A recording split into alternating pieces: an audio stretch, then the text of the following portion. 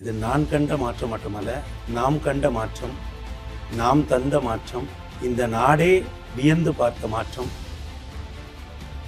இருவரும் கழகங்களும் இந்த மண்ணை சிறப்பாக ஆட்சி செய்திருக்கிறது என்பதில் எந்த மாற்று கருத்தும் இல்லை. ஆனால் இருவரும் கழகங்களும் வீழ்ந்த இடம் லஞ்சம், ஊழல்.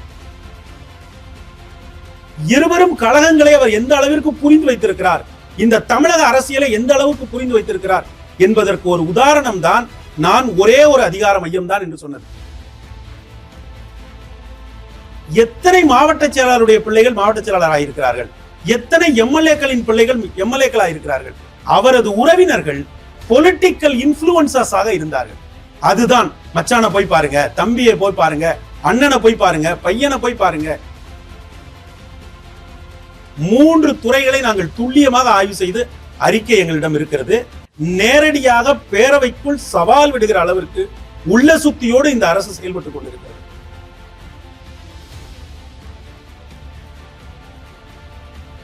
பெஸ்ட் மணி கோல்ட் வழங்கும் தி டிபேட்ஸ் நான் கண்ட மாற்றம். உங்க தங்க நகைய வேற எங்கும் கிடைக்காத அதிக விலைக்கு விற்பனை செய்ய பெஸ்ட் மணி கோல்டுக்கு வாங்க. உங்கள் வளர்ச்சி எங்கள் மகிழ்ச்சி.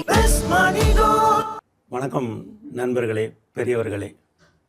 நான் கண்ட மாற்றம் என்று தலைப்பு வைத்திருக்கிறீர்கள். இது நான் கண்ட மாற்றம் மட்டுமல்ல, நாம் கண்ட மாற்றம், நாம் தந்த மாற்றம், இந்த நாடே வியந்து பார்த்த மாற்றம், அகிலமே வியந்து போற்றிய ஒரு மாற்றம். இது கட்சி ஆரம்பித்து 2 வருடங்களில் ஒரு கட்சி தேர்தல் அரசியலுக்கு வந்தது. தேர்தல் அரசியலுக்கு வந்த பொழுது எங்களோடு யார் கூட்டணிக்கு வந்தாலும் அவர்களுக்கு ஆட்சி அதிகாரத்தில் பங்கு தருகிறோம் என்று சொன்னார்கள். எதிர்கட்சியினர் அல்லது அன்றைக்கு ஆண்ட கட்சியினர் அல்லது 75 ஆண்டு கால அரசியல் கட்சியினர், 50 ஆண்டு கால அரசியல் கட்சியினர் எல்லோரும் ஒரு கேள்வியை கேட்டார்கள். ஆட்சி அதிகாரத்தில் பங்கு தருகிறேன் என்று சொன்ன பிறகு உங்களுடன் கூட்டணிக்கு யாரும் வரவில்லையே, ஏன் என்று ஒரு கேள்வியை கேட்டார்கள். தாவேகா தன்னுடைய பயணத்தை தொடர்ந்தது, தேர்தலை நோக்கிய ஒரு பயணத்தை தொடர்ந்தது. உளுந்தூர்பேட்டையில் ஒரு மிகப்பெரிய மாநாட்டை கூட்டி அதற்குள் ஒரு மிகப்பெரிய இளைஞர் எழுச்சியை காட்டியது. ஆனால் அப்போது அந்த மாற்றத்தை யாரும் பெரிதாக குறிப்பெடுத்துக் கொள்ளவில்லை. மேடையில் தாவேகாவினுடைய தலைவர் நடந்து வருகிறார். ஒரு தொண்டர் தன்னுடைய தோள் துண்டை தூக்கி அவரை நோக்கி வீசி எறிகிறார். வீசி எறிந்த அந்த துண்டை தூக்கி அவர் தன்னுடைய தோளிலே அணிந்து கொள்கிறார். அணிந்து கொண்ட பிறகு தொடர்ந்து அவர் மீது அந்த ரேம்பாக்கில் துண்டுகள் வீசப்பட்டு கொண்டே இருந்தன. இதுதான் மாற்றத்திற்கான முதல் புள்ளி. ஒரு மாற்றம் என்பது இப்படித்தான் ஆரம்பிக்கும். தன் தலைவன் மீது தீராத நேசம் கொண்டு மாற்றத்திற்கான முதல் புள்ளியாக அது அமைந்தது. அதற்கு பிறகு மதுரையிலே ஒரு மிகப்பெரிய கூட்டம், மிகப்பெரிய ஆர்ப்பாட்டம், மிகப்பெரிய எழுச்சி இருந்தது. அவர் செல்கிற இடங்களிலெல்லாம் மக்கள் திரண்டு வந்தார்கள். ஆனால் எந்த ஒரு மாற்றத்தையும் தமிழகம் ஒரு புதிய திசையில் பயணிக்கிறது என்பதை ஊடகமும் கவனிக்க தவறியது, சக அரசியல் கட்சியினரும் கவனிக்க தவறினார்கள். தேர்தல் அறிவிக்கப்பட்டது. தேர்தல் அறிவிக்கப்பட்ட பிறகு 234 தொகுதிகளிலும் நீங்கள் வேட்பாளர்களை போட்டு விடுவீர்களா, உங்களுக்கு 234 தொகுதிகளிலும் வேட்பாளர்கள் இருக்கிறார்களா என்கிற கேள்வியை அவர்கள் கேட்டார்கள். 234 தொகுதிக்கு நீங்கள் வேட்பாளர்களை போட்டாலும் அவர்கள் தேர்தலை சந்திப்பார்களா, அந்த அளவுக்கு உங்கள் வேட்பாளர்கள் உறுதியானவர்களா என்கிற கேள்வியை தாவேகாவை நோக்கி வீசினார்கள். தேர்தல் மெல்ல மெல்ல தாவேகா தன் முன்னடந்து கொண்டே இருந்தது. அப்படி முன்னடந்த பொழுது தேர்தல் தேதி அறிவிக்கப்பட்டு தேர்தல் நாளும் வந்தது, தேர்தல் நடைபெற்றது. ஒரு இதுவரை தமிழகம் கண்டிராத வகையில் ஒரு குறிப்பிட்ட நிறத்தில் பேண்ட்டும் சட்டையும் அணிந்தபடி பல நூற்றுக்கணக்கான இளைஞர்கள் வாக்குச்சாவடிக்கு வந்து வாக்களித்தார்கள். அந்த நேரத்திலும் மக்கள் யாரும் இந்த மாற்றத்தை பெரிதாக கண்டுகொள்ளவில்லை, பெரிதாக உணரவில்லை. வாக்குப்பதிவு நாளும் வந்தது, அதற்கு இடையில் கருத்து கணிப்புகள் வந்தன. அந்த கருத்து கணிப்புகள் ஒவ்வொன்றாக சொல்லியது இந்த கட்சிக்கு இத்தனை இடங்கள் கிடைக்கும், அத்தனை இடங்கள் கிடைக்கும் என்று ஒரே ஒருவரை தவிர மற்ற எல்லா கருத்து கணிப்புகளும் தவறாக போகிற வகையில் மே 4ஆம் தேதி தேர்தல் முடிவுகள் வந்த பொழுது தாவேகா தமிழகத்தின் அதிக இடங்களை பெற்ற தனிப்பெரும் கட்சியாக ஆட்சி அதிகாரத்திற்கு உரிமை கோரியது. ஒரு ஆட்சி அதிகாரத்திற்கு உரிமை கோருகிற ஒரு கட்சிக்கு அரசு அதிகாரிகள், அரசாங்கம் என்ன மரியாதையை கொடுக்குமோ அந்த மரியாதையை முறைப்படி கொடுத்தார்கள். ஆனால் ஒரு முதல்வருக்கான மரியாதையின் நிமித்தமாக வழங்கப்படுகிற காவல் பாதுகாப்பு அவருக்கு வழங்கப்பட்டது, கான்வாய் வழங்கப்பட்டது, தன்னுடைய உரிமையை ஆட்சி அமைக்க உரிமை கோருகிற உரிமையை அவர் கோரினார். இதெல்லாம் முறைப்படி நடந்து கொண்டே இருந்தது. ஆனால் திடீரென்று தமிழக அரசியல் சூழலில் என்ன நடந்தது என்று தெரியவில்லை. ஒரு நாள் அவர் பட்டினம்பாக்கம் வீட்டிலிருந்து கிளம்பி அவருடைய பனையூர் வீட்டுக்கு சென்ற பொழுது அவருக்கு வழங்கப்பட்டிருந்த கான்வாய் பாதுகாப்பு வாபஸ் பெறப்பட்டது.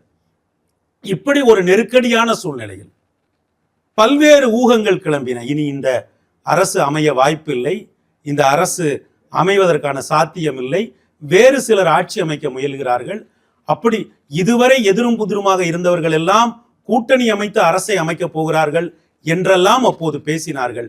ஆனால் மே மாதம் 10ஆம் தேதி யாரும் பலரும் கணிக்க தவறிய, அல்லது பெரும்பாலானவர்கள் கவனிக்க தவறிய, அல்லது இவர்களால் வேட்பாளர்களை நிறுத்த முடியுமா என்று எள்ளி நகையாடியவர்கள் ஆச்சரியப்படுகிற வகையில் மே மாதம் 10ஆம் தேதி தன்னுடைய பதவி பிரமாணத்தை மேற்கொண்டார் ஐயா விஜய். அன்றிலிருந்து தமிழகம் ஒரு புதிய திசையை நோக்கி பயணிக்க தொடங்கியது. ஒரு ஆட்சி அதிகாரத்திற்கு வரக்கூடிய ஒரு கட்சிக்கு பல்வேறு அதிகார மையங்களை, அதிகாரங்களை தொட்டு நிற்கிற ஒரு வாய்ப்பு வழங்கப்படும். அதிகாரம் என்பது ஒரு மிக பரவலான மிகப்பெரிய விஷயம். அந்த அதிகாரத்தை பல ஆண்டுகளாக திரைத்துறையில் கோலோச்சி இருந்த ஒருவர், 2 ஆண்டுகளே அரசியல் அனுபவம் பெற்ற ஒருவர் எப்படி கையாளப் போகிறார் என்ற கேள்வி எல்லோருடைய மனதிலேயும் இருந்தது. தமிழகத்தை இருவரும் கழகங்களும் பல்வேறு வழிகளில் முன்னேற்ற பாதைகளில் நிறுத்தி இருக்கிறது. இவர் எதை முன்னெடுக்க போகிறார், எதை செய்ய போகிறார் என்ற கேள்வி எழுந்த போதுதான் அதிகாரிகள் நியமனம் என்கிற ஒரு முக்கியமான விஷயம் இருக்கிறது. எந்த ஒரு அரசு ஆட்சி அதிகாரத்திற்கு வந்தாலும் அதிகாரிகளை எப்படி நியமிக்கிறார்கள் என்பதை பொறுத்துத்தான் அந்த அரசியல் கட்சிக்கு எவ்வளவு ஆட்சி அனுபவம் இருக்கிறது என்பது வெளிப்படையாக தெரியும். 59 ஆண்டு காலம் இருவரும் கழகங்களும் தமிழகத்தை ஆண்ட விதத்தில் உயர் அதிகாரிகள் எல்லாருமே ஏதாவது ஒரு கழகத்திற்கு சார்புடையவர்களாக இருப்பார்கள். ஒருவர் ஆட்சி அதிகாரத்திற்கு வந்தவுடன் அந்த கட்சியை சார்ந்தவர்கள், அந்த கட்சிக்கு நெருக்கமானவர்கள் அதிகாரிகளாக நியமிக்கப்படுவது மரபாக இருந்தது. ஆனால் தாவேக அரசு தேர்ந்தெடுத்த அதிகாரிகளை நியமித்த பொழுது இந்தியா முழுவதும் இருந்த அரசியல் தலைவர்கள் நிமிர்ந்து பார்த்தார்கள்.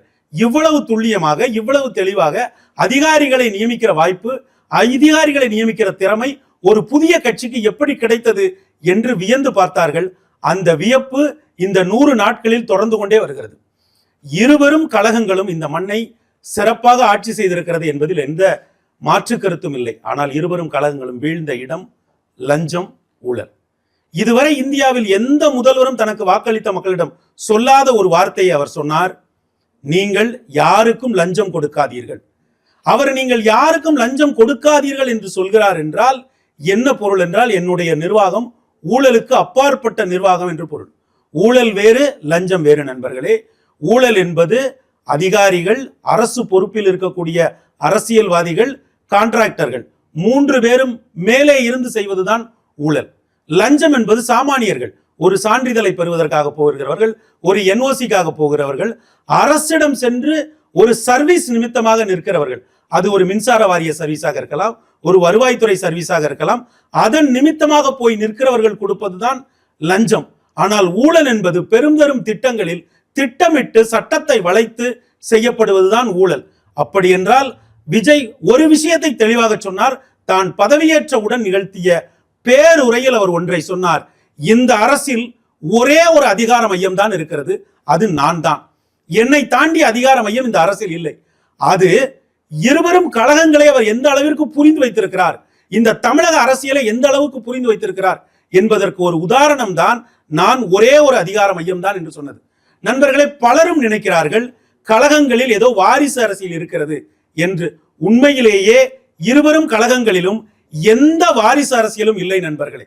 என்ன நடக்கிறது என்றால், நீங்கள் தமிழகத்தில் இருவரும் கழகங்களும் இதுவரை 59 ஆண்டு காலம் ஆட்சி அதிகாரத்தில் இருந்திருக்கிறார்கள். நீங்கள் ஒரு பட்டியலை தயாரியுங்கள். இதுவரை இருவரும் கழகங்களின் சார்பாக எத்தனை எம்எல்ஏக்கள் வந்திருக்கிறார்கள், எத்தனை எம்பிக்கள் வந்திருக்கிறார்கள், எத்தனை மாவட்ட செயலாளர்கள் வந்திருக்கிறார்கள் என்று நீங்கள் ஒரு பட்டியலை தயாரித்து அந்த பட்டியலினுடைய அடிப்படையில் எத்தனை மாவட்ட செயலாளருடைய பிள்ளைகள் மாவட்ட செயலாளர் ஆயிருக்கிறார்கள், எத்தனை எம்எல்ஏக்களின் பிள்ளைகள் எம்எல்ஏக்கள் ஆயிருக்கிறார்கள், எத்தனை மந்திரிகளின் பிள்ளைகள் மந்திரிகள் ஆயிருக்கிறார்கள், எத்தனை எம்எல்ஏக்களின் பிள்ளைகள் எம்எல்ஏக்கள் ஆயிருக்கிறார்கள் என்று நீங்கள் பட்டியல் எடுத்தீர்களானால் 50 பேர் கூட வரமாட்டார்கள். ஆனால் வாரிசு அரசியல் என்கிற விவாதம் ஏன் கழகங்களின் மீது வைக்கப்பட்டது என்றால், ஒவ்வொரு அமைச்சரை சுற்றியும், ஒவ்வொரு மாவட்ட செயலாளரை சுற்றியும், ஒவ்வொரு எம்எல்ஏவை சுற்றியும், ஒவ்வொரு எம்பியை சுற்றியும் அவரது உறவினர்கள் பொலிட்டிக்கல் இன்ஃப்ளூயன்சஸாக இருந்தார்கள். அதுதான் மச்சானை போய் பாருங்க, தம்பியை போய் பாருங்க, அண்ணனை போய் பாருங்க, பையனை போய் பாருங்க என்று கழகங்கள் பொலிட்டிக்கல் இன்ஃப்ளூயன்சஸை உருவாக்கியதை தவிர வாரிசுகளை உருவாக்கவில்லை. எந்த ஒரு அரசியல் தலைவருடைய பிள்ளையும் நேரடி அரசியலுக்கு வந்து அவருடைய தந்தையின் பதவிக்கு ஆசைப்படுகிறார் என்றால் அது உட்கட்சி ஜனநாயகத்தையும் வலுப்படுத்தும், ஜனநாயகத்தையும் வலுப்படுத்தும். ஆனால் கழகங்கள் பொலிட்டிக்கல் இன்ஃப்ளூயன்சஸை உருவாக்கிய அளவுக்கு வாரிசுகளை உருவாக்க தவறிவிட்டது. அதனால்தான் தன்னுடைய பேருரையில் ஐயா விஜய் சொன்னார், இந்த அரசியலை பொறுத்தளவு, இந்த அரசை பொறுத்தளவில் ஒரே ஒரு அதிகார மையம் தான் இருக்கிறது என்று சொன்னார். ஊழலை ஒழித்தார். அதற்கு சாட்சி என்னவென்றால், கான்ட்ராக்டர்களை கலைவாணர் அரங்கத்தில் கூட்டி வைத்து பேசிய பொழுது கான்ட்ராக்டர்கள் சொன்னார்கள், இந்த அரசு தெளிவான ஒரு தெளிவான பாதையில் போகிறது, எங்களுக்கு உறுதி அளித்திருக்கிறது, எந்த விதமான பார்ட்டி ஃபண்டும் கொடுக்க தேவையில்லை என்று சொல்லியிருக்கிறார்கள். நண்பர்களே, சமீப காலமாக இந்த பார்ட்டி ஃபண்ட் என்றால் என்ன என்பதில் ஒரு பெரிய குழப்பம் இருக்கிறது. பார்ட்டி ஃபண்ட் என்பது ஊழலில் இருந்து, இப்போது ஒரு பாலம் கட்டுவதற்காக ஒரு திட்டம் போடுகிறார்கள், 100 கோடி ரூபாய்க்கு ஒரு பாலம் கட்டுவதற்கு திட்டம் போடுகிறார்கள் என்றால் அந்த பாலத்தினுடைய மதிப்பை 110 கோடியாக 120 கோடியாக போடலாம். அந்த பாலத்தை நீங்கள் 70 கோடிக்கோ 80 கோடிக்கோ கட்டலாம். அந்த பாலத்திலிருந்து, ஒரு பாலத்திற்காக போடப்படுகிற ஒரு திட்டத்திலிருந்து ஒரு 30 கோடி உபரியாக வருகிறது என்றால் அந்த பணத்தை 3 பேர் பிரித்துக் கொள்வார்கள். அங்கே பொறுப்பில் இருக்கக்கூடிய அரசியல்வாதி, அதிகாரி மற்றும் கான்ட்ராக்டர். இந்த அரசியல்வாதிக்கு போகிற இந்த பணத்திற்கு பெயர் தான் பார்ட்டி ஃபண்ட் என்று வைக்கப்பட்டது. அப்போது இந்த பார்ட்டி ஃபண்ட் ஒழிக்கப்பட்டு விட்டது என்றால் அரசியல்வாதிகளுக்கு வரக்கூடிய பணம் ஒழிக்கப்பட்டு விட்டது. அரசியல்வாதிகள் இப்படி ஒரு பொறுப்பை, முன்னெடுப்பை எடுக்கவில்லை என்றால் எந்த ஒரு கான்ட்ராக்டிலும், எந்த ஒரு டெண்டரிலும் அதிகப்படியான பணம் வருவதற்கோ அல்லது ஊழல் நிகழ்வதற்கோ வாய்ப்பில்லை என்பதால் தான் அவர் சொன்னார், இந்த அரசு ஊழலுக்கு அப்பாற்பட்ட அரசு. பேரவைக்குள் இதை கேள்வியாக எழுப்பினார்கள், என்ன ஆதாரம் இருக்கிறது என்று. 2 தினங்களுக்கு முன்னால் முதல்வர் சொன்னார், 3 துறைகளை நாங்கள் துல்லியமாக ஆய்வு செய்து அறிக்கை எங்களிடம் இருக்கிறது, அந்த அறிக்கை மீது எப்போது நடவடிக்கை எடுக்க வேண்டும் என்று தெரியும், அதை இப்பவே ஓபன் பண்ண வைத்திராதீர்கள் என்று நேரடியாக பேரவைக்குள் சவால் விடுகிற அளவிற்கு உள்ள சுத்தியோடு இந்த அரசு செயல்பட்டு கொண்டிருக்கிறது.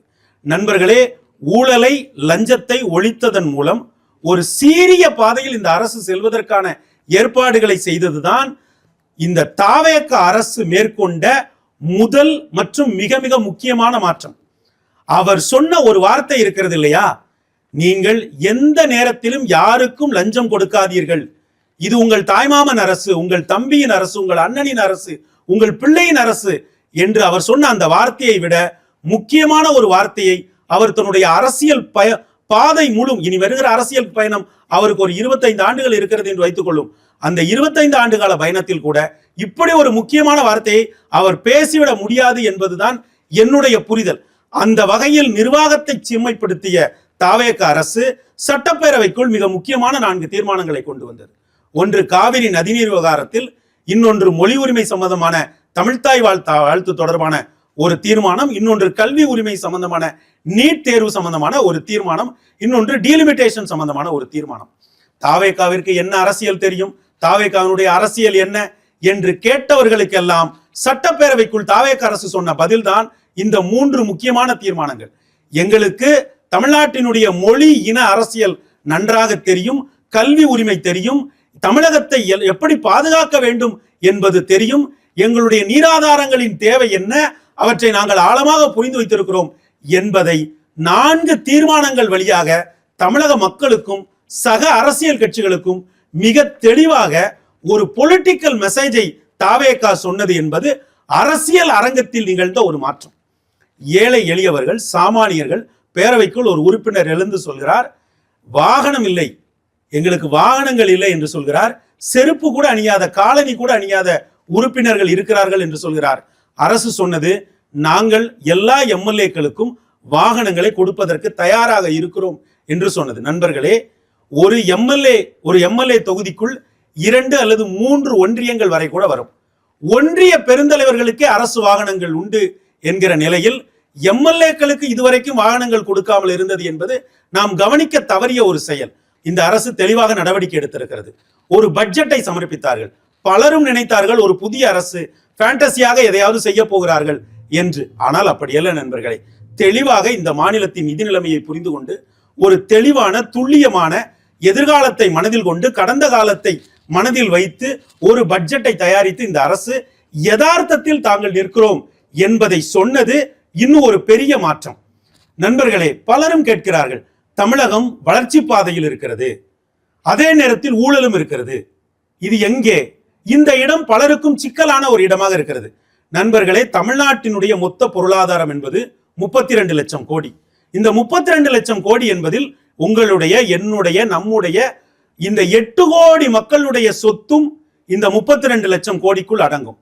அரசாங்கம் கடன் பெறுகிற பொழுது இந்த தமிழ்நாட்டினுடைய ஜிஎஸ்டிபி என்று சொல்லுவோமே, உங்கள் சொத்து எனது சொத்து, இந்த 8 கோடி மக்களுடைய சொத்தையும் காட்டித்தான் அரசாங்கம் கடன் வாங்குகிறது.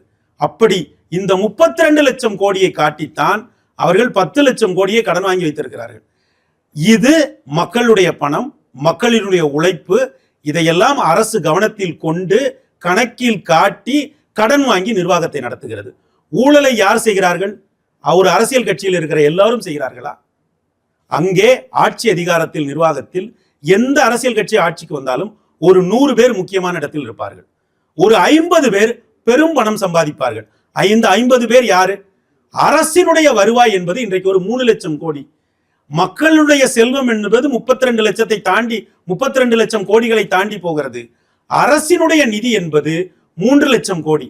அந்த 3 லட்சம் கோடிக்கு பட்ஜெட் போடுகிற நிர்வாகத்தில் இருக்கிற தலைவர்களுடைய போதாமையால் அல்லது பேராசையால் நிகழ்வதுதான் ஊழல்.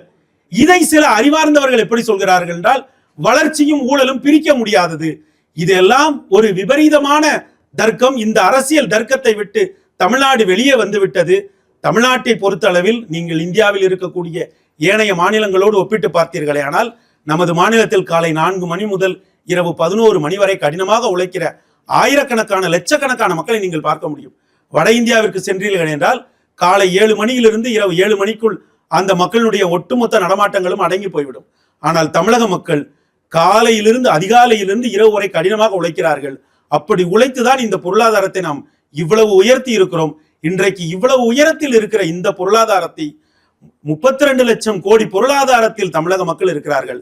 அதன் மீது இருந்து 3 லட்சம் கோடிக்கு பட்ஜெட் போடுகிற இடத்தில் இருக்கிற ஒரு அரசு எந்த விதமான ஊழலும் செய்ய மாட்டேன், எந்த விதமான லஞ்சத்திற்கும் இடமில்லை என்று சொல்கிற போது தமிழ்நாடு ஒரு வெற்றி பாதையில் நடைபோடுவதற்கான ஒரு தருணம் வருகிறது. இது இந்தியா முழுவதும் வியந்து பார்க்கிற ஒரு மாற்றம். நீங்கள் இந்தியா முழுவதும் பயணம் செய்தீர்களே ஆனால் ஒன்றை உணர்ந்து கொள்ள முடியும், இது எப்படி நடக்கிறது என்றே தெரியவில்லை. கல்கத்தாவிலே, அலகாபாத்திலே, ஹைதராபாத்திலே, புனேயிலே எந்த ஊருக்கு போனாலும் ஒரே மாதிரி சொல்கிறார்கள். தமிழ்நாட்டில் இருந்து வருகிறோம் என்று தெரிந்தவுடன் அவர்கள் சொல்கிற முதல் பெயர் விஜய் தளபதி என்கிறார்கள்.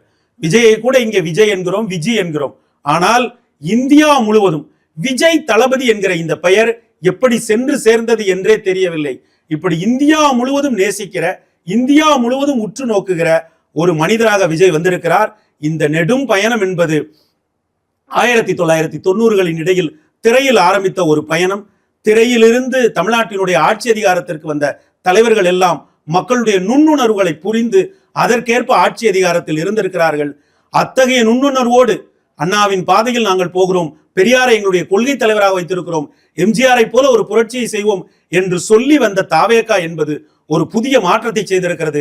சட்டப்பேரவை நிகழ்வுகள் நேரலையில் போகிறது. அதில் இந்த புறம் ட்ரெஷரி பெஞ்ச் என்று சொல்லப்படக்கூடிய ஆட்சி அதிகாரத்தின் பக்கம் பார்த்தீர்களே என்றால் சராசரி வயது 40ஆக இருக்கிறது. எதிர்புறம் இருப்பவர்களுடைய வயது 60ஆக இருக்கிறது. இந்த புறம் இருக்கிறவர்களில் பெரும்பானவர்கள் முதன்முறையாக ஆட்சி அதிகாரத்திற்கு வந்தவர்கள். அந்த புறம் இருக்கிறவர்கள் பல முறை ஆட்சி அதிகாரம், தேர்தல், அரசியல் எல்லாவற்றையும் பார்த்தவர்கள். சொத்து மதிப்பாக பார்த்தீர்களே ஆனால் கூட எதிர்கட்சி வரிசையோடு ஆளுங்கட்சி வரிசையை ஒப்பிட முடியாது. இப்படி ஏழை எளியவர்களை 1967 அண்ணா ஆட்சி அதிகாரத்திற்கு கொண்டு வந்தார். 1977 ஐயா எம்ஜிஆர் ஆட்சி அதிகாரத்திற்கு கொண்டு வந்தார். 2026 ஐயா விஜய் ஏழை எளிய சாமானியர்களை ஆட்சி அதிகாரத்திற்கு கொண்டு வந்திருக்கிறார். இது பலரும் எதிர்பாராத, பலரும் கவனிக்க தவறிய ஒரு மிகப்பெரிய மாற்றம். இதில் அடியேனுக்கு இருக்கிற ஒரு சிறப்பு என்னவென்றால், இதே போல கடந்த ஆகஸ்ட் மாதம், ஒரு ஆண்டிற்கு முன்னால் ஒரு நேரலை நிகழ்ச்சியில் கேட்ட பொழுது சொன்னேன், ஐயா விஜய் கண்டிப்பாக முதல்வராக வந்து அமர்வார் என்று கணித்தேன். அந்த வகையில் மக்களுடைய நுண்ணுணர்வுகளை புரிந்து கொண்ட ஒரு அரசாக இது இருக்கிறது.